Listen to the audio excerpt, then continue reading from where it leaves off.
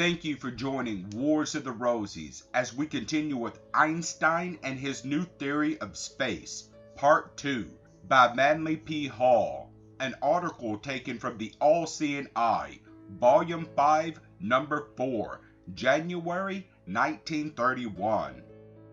Einstein and his new theory of space, Part 2. The Egyptians, in their quest for the abiding place of reality, vainly searched the 49 worlds, for, while a divine wisdom was manifested in each, the sovereign power itself dwelt in none of them. Again and again, the old philosophers sought to catch God in the net of thought, but the divinity forever eluded them. They were gods in heaven, heroes upon the earth, and demons in the underworld. But the invisible and unknown power which supported the broad expanse of creation remained utterly obscure, self-sufficient, and independent. It may have been the Brahmins who discovered that things must exist in place, and that place therefore was a sort of fourth dimension, which divided things by limiting them and establishing their boundaries. All creations were things, and being differentiated by the all, they were limited as to duration by time, as number by quantity, and as to situation by place.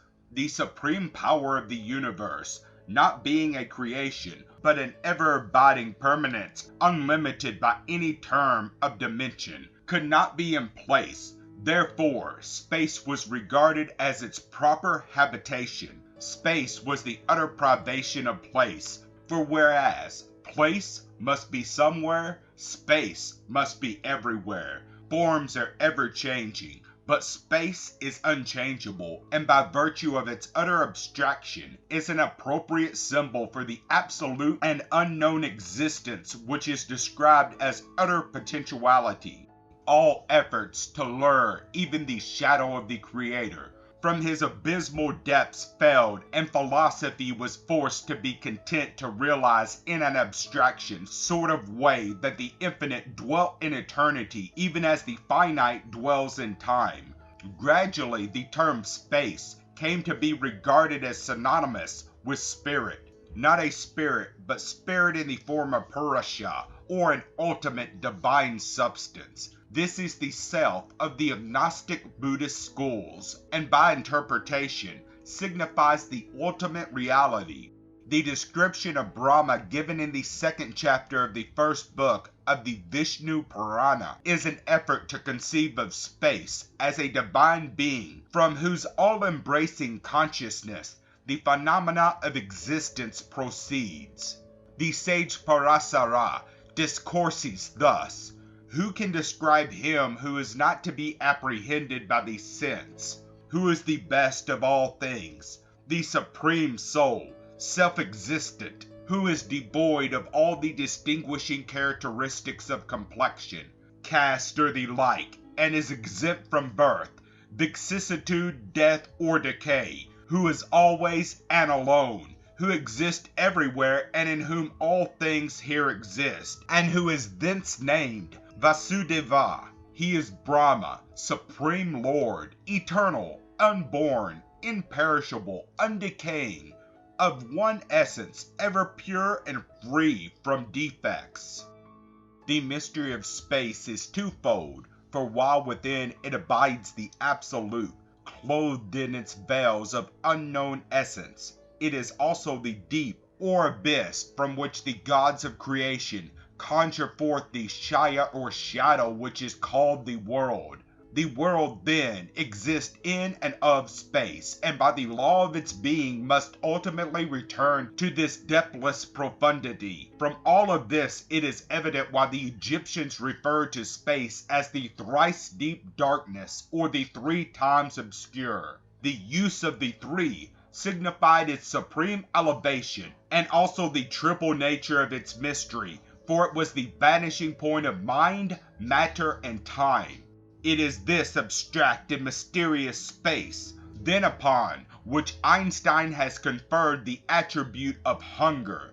Space becomes a devourer, not literally of course, but rather in the sense that it is continually reabsorbing into itself the forms which it has temporarily imbued with individuality, as the slowly melting ice flows sink back into the sea, as the rotting tree stump finally mingles its substance with the earth, so creations, wearied with being, sink slowly but inevitably into the eternal sleep of space. As space, then, was the beginning, so surely it is the end of all beginnings. Space is the inevitable condition into which all other conditions flow, the destiny which nothing can escape. Has Einstein seen the infinite inevitable? Has he discovered by mathematics that, although numbers are seemingly endless, there is an ultimate cipher which circumscribes them all? Has his vision revealed to him the great pageantry of worlds which, emerging like phantoms from the eternal mystery and abiding their destined span, merge again like fading shadows into space, that which endures?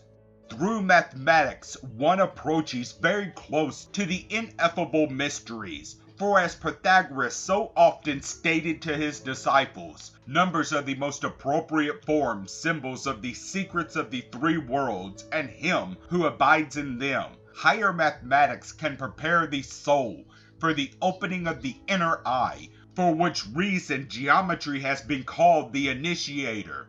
Through an understanding of the theory of space, then, one approaches a knowledge of nature and construction of consciousness, for whereas thought partakes of the qualities of matter, consciousness possesses the axonic attributes of space. Consciousness, then, is that supreme awareness which in our benighted state we would regard as absolute unawareness. As space may be said to devour matter, so consciousness, the supreme knowing, devours mind, the so-called supreme knower. The space of Einstein is almost synonymous with the samadhi of Vedanta or the nirvana of Buddhism. It is the mysterious space consciousness opposed to material place consciousness that the yogins seek when they strive to life themselves from here to everywhere by meditation.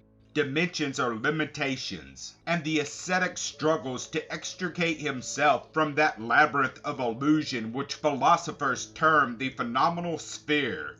Only when the soul achieves union with space and mingles its own qualities with infinite being can it escape those changes constituting the life cycle, while the body, because of the laws through which it exists, follows the cosmic urge to condense. The spirit, being of superior essence, desires to be diffused and to become one with life itself, the abstract parent.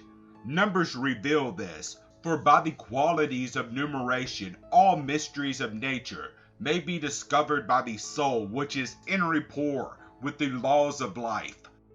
Thus, Einstein's space, which is synonymous with perfect existence, is a condition of all-ness which, through the assertion of its own inseparability, scatters the sense of diversity or fragmentism.